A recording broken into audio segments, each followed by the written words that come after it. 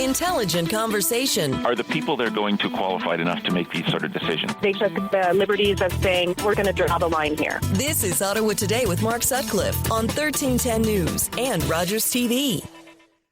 Elliot Tepper is with us every Wednesday on Ottawa Today to talk about the big international stories. A couple of weeks ago, he joined us by telephone from California, and my first question to him today is why he's still not there, and if he wishes he was. This is home. Yes, for better and for worse, on March 15th with a foot of snow on the ground. Yeah. Well, March 15th is a good way to open up today's comment, I think. This is, the Ides of March. Mm-hmm. Beware. The Ides of March. This is the day of the daggers. And, we talk about world affairs. It's by definition gloom and doom. You very rarely get good news stories that we can chuckle over. So I was just thinking about this being the day of the daggers. Finally, something you and I have been talking about for a long time is happening. The elections are happening now in Holland. The Dutch are going to the polls. And we've talked about this a lot. The big picture, I think, connecting a lot of different stories, is that we have a real period of transition going on in a contest for what kind of future we all want to live in, or we all will be living in, whether we want to or not.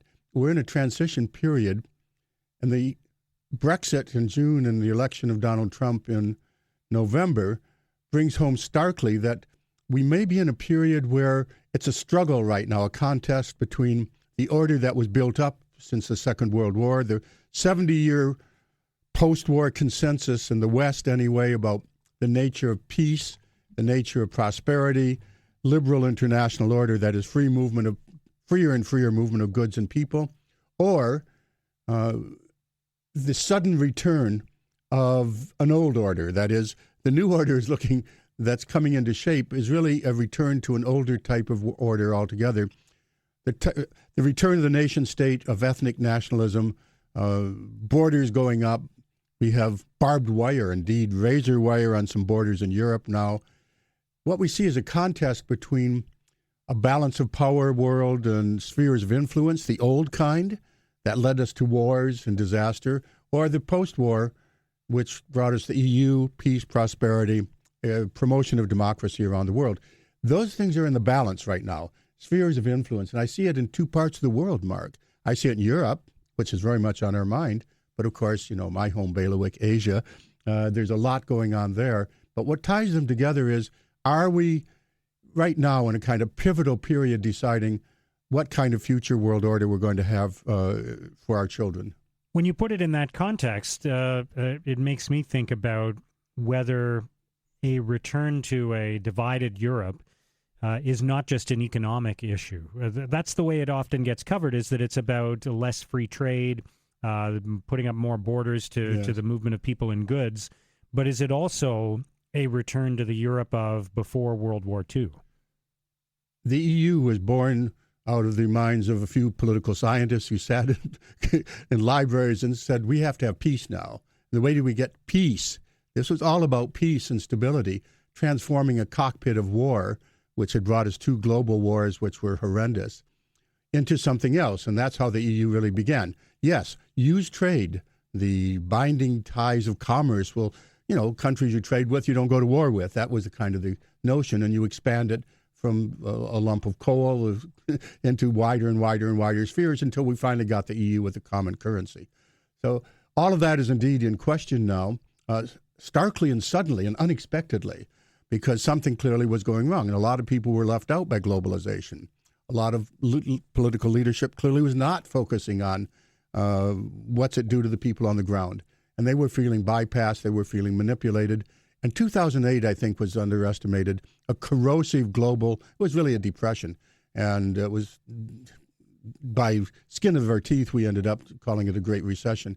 Well, that had a lot of effect on the ground, and nobody went to jail. So there's a sense of unfairness as well on top. So the elites had let everybody down, led us into depression, and nobody paid a cost. So all of that wraps up into what we see today, which you and I talked about during the primaries. This is a revolt of the masses, and this is the day of the dispossessed. Well, where's it going to go? Yeah. And that's why I think we're into a pivotal period now, because right now, today, as we're sitting here, the Dutch are voting, and the elections Results will be known tonight, tomorrow. Well, won't know the new government for weeks, maybe months, because of all the parties involved. What we have is because of coalition governments, yes, that type of thing. Yeah. Well, because they have something like 26 or 28 parties. Yeah. It's always coalition government. How do you get from a 20% vote, which will give you the most seats in the parliament, to having a 51% coalition? As we know. But do you have a sense of which way it's leaning right now in the Netherlands? Or yes, I do. I think it's leaning in totally unpredictable ways because the polls are all over the place, and the polls have been spectacularly wrong on questions of populism, on questions of the rise of the right.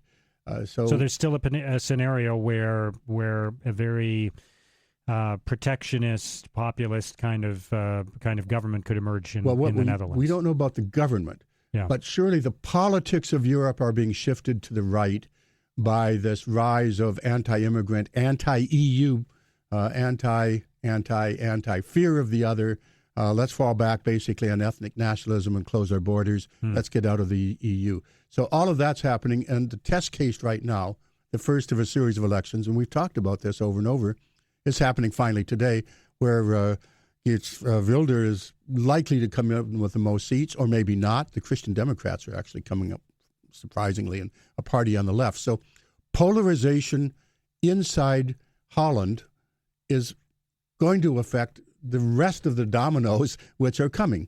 We have in France already the mainstream parties have moved far to the right. François Fillon was supposed to be, the great champion to stop Marine Le Pen, who is surging in the polls on the same rhetoric: anti-foreigner, anti-immigrant, anti-EU, close the borders, let's take back France for ourselves. And after that, we have Germany in the fall. And there's other elections across Europe. So what happens today will tell us whether the surge of right-wing populism, we should talk about this a bit, is going to continue to throw off the old order, or is it going to be stopped now in Holland? And will we have a chance that the old order the order we've come used to for 70 years might prevail? Meanwhile, Britain is moving forward with Brexit. There was an important vote in the House of Commons this week, and Scotland is going in the opposite direction. I think it's reasonable to expect that there will be another referendum on Scottish independence, and that if it goes ahead, that Scotland will vote to break with Britain and stay with the EU. What we have is a fascinating case. You and I have been following Brexit right from the beginning. Brexit was a real bellwether that kicked off all of this. It preceded the election of Donald Trump, and it was all around, Britain first. And for all of the elites said, no, of course we're going to stay in Europe. And they were very severely surprised and overthrown. Yes, the bell has been rung. Parliament has said in Britain, yes, we're invoking Article 50. We have the 2-year period about to start. It hasn't started quite yet. And in 2 years, the negotiation will be over. Britain will be out. And Theresa May gave a speech that could have been written by the leader of the Leave. She was a supporter of stay. But she's come to power, and she said, today Britain takes back its sovereignty, its control over its borders, the control over its decision-making, and we will be a global country. Well, there may be a global country, but they may be without Scotland, because the Scottish, who voted 55% to reject separation last time, voted overwhelmingly in that Brexit election to stay in Europe. And so I think the price of oil will help determine a great deal, and whether Britain can jiggle with the borders so Scotland keeps control over what it considers its oil. But there's a lot of that's going to go out under the radar. What we will have now is the possible breakup of the EU because of Britain's withdrawal and because of the elections we are seeing, which are all let's stay in Europe and let's get out of Europe. And in the case of the UK, will the UK stay, the UK, united? Right. We have Scotland saying at the same time as the Brexit vote, at that time, 2 years from now, we want a referendum, or a year from now, a year and a half from now, we want a referendum. And don't forget, the Irish question, thank you for Brexit, has been reopened in British politics. Nobody wants to go there again. Well, when you vote to get out of the EU and parts of the United Kingdom don't want to stay united, then it opens up the whole question of the future of the Emerald Isle. we have much more ground to cover, including North Korea. There's, as we talked about last week, lots of uses of the word cyber in international stories this week. And there's Donald Trump's tax returns as well. We'll touch on that briefly coming up with Elliot Tepper of Carleton University, who is with us every Wednesday on Ottawa Today. You're listening to Ottawa Today with Mark Sutcliffe on 1310 News and Rogers TV. Mark will be right back.